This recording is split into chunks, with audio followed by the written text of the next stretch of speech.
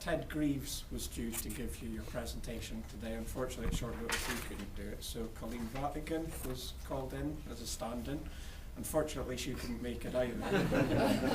So we only found out about this on Friday and met with Ted on Monday, so we got the materials together then.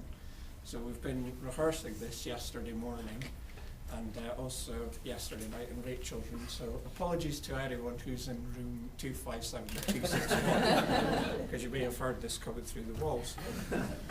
Okay, so I'll start with a general introduction to the Corby area. The population is 57,400. The actual Borough Council area itself encompasses Corby itself, which is the urban area, plus 6 rural villages around it, and it's got an ageing population. The urban area is in the top 10% of the most deprived in England. Corby itself has got the second highest percentage of smokers in the country, so it's 37.63%. That was in 2006. A local survey in 2008, which was carried out with 1,500 people, found out that prevalence was 39%.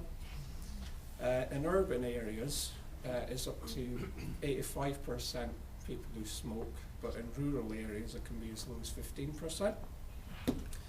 Our current tobacco control programme, one thing we've got is swap your lifestyle here. So you've got 4 letters, SWAP. So you've got S, which stands for stop smoking and sensible drinking, W for weight management, A, active lifestyle, and P, practical cooking. The SWAP scheme is our cornerstone of our drive to reduce health inequalities. What we do is we go out to communities and workforces to promote and deliver our services. We also go to school assemblies and stop smoking clinics at senior schools. So I'll now hand you over to Rachel, who will go through the Blazer scheme and smoke-free homes. And go gently on her, this is her first presentation. Hello, my name's Rachel. I'm here to talk to you today about our Smoke-Free Homes project and the new project we've got called Blazers. I'll talk about the Smoke-Free Homes project first. I'm just going to go through what kind of sessions we do when we go into the primary schools.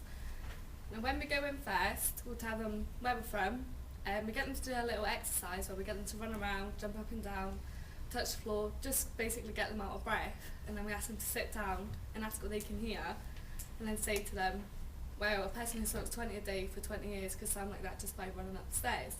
And a lot of them are really shocked by it. So then, we've got this bulb.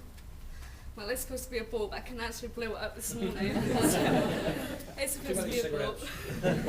It's got 3 types of questions on it. It's a true and false question, a question where there is an answer, and a question where there's an open answer, where we then ask the kids their own opinion. So for example, the true or false question, cigarettes contain a chemical found in rat poison, which is true. The question that has an answer, what is the addictive drug in tobacco, which is nicotine. And then, for their question when we ask them an open answer, is how can using tobacco products affect your reputation. So then we'll ask them all their opinions and what they think about that. We then finish with Who Wants to Be a Millionaire.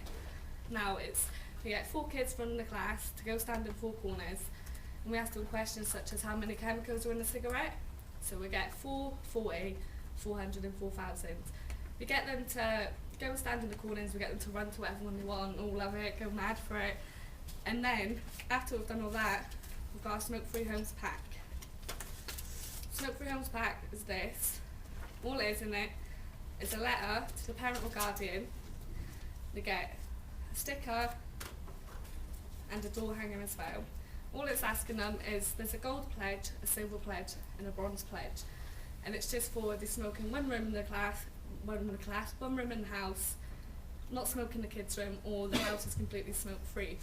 The parents then, if the parents agree to it, it's like bring it back in, the kids then receive a gold certificate, a silver certificate or a bronze certificate. And that's about it for the smoke-free homes. Now moving on to Blazers. Blazers is a new project we started around about 14 to 15 weeks ago. We're now on our second 12-week programme. It's a youth club for 11 to 15 year olds. During that, we have a disco for them, break dances, stuff like that. But we've just started a Stop Smoking initiative. It's where we've challenged our young smokers to stop for 4 weeks at least, and we can clarify that by CO validation each week. So every time they come, we'll take the CO reading, and they're not actually allowed to smoke on the site where Blazes is being held. So they can do that for 4 weeks. We give them 2 free cinema tickets at the end of it, which is around about the price of a packet of cigarettes anyway. So a lot of them like that, knowing that they've got something at the end of it, then they'll do it, they're really up for it. But the priorities for our enhanced programme is that we intend to increase our work with our younger teenage people. Young Lungs is a SWAT programme that's been running for around about, I think it's about 12 months now. And we're going to refresh that within Blazes again, because it's sort of gone down, so we're going to bring it back through Blazes. We also intend to intensify our smoke-free homes, sort of like we can create like sort of a guilt factor on the parents through the children. For the parents who want to stop, we can then go into the home and offer them our support and give them the NRT that they need to help them stop smoking. And that's about it from me. I'll hand it back over to Anne. Okay, we also intend to increase our stop smoking services for routine manual workers. We also plan to use the cost to employers of employees smoking. That's 2 prongs as well, which is obviously the smokers who take breaks and those who don't smoke, see them as stipend, if you like, plus also the sick cost as well.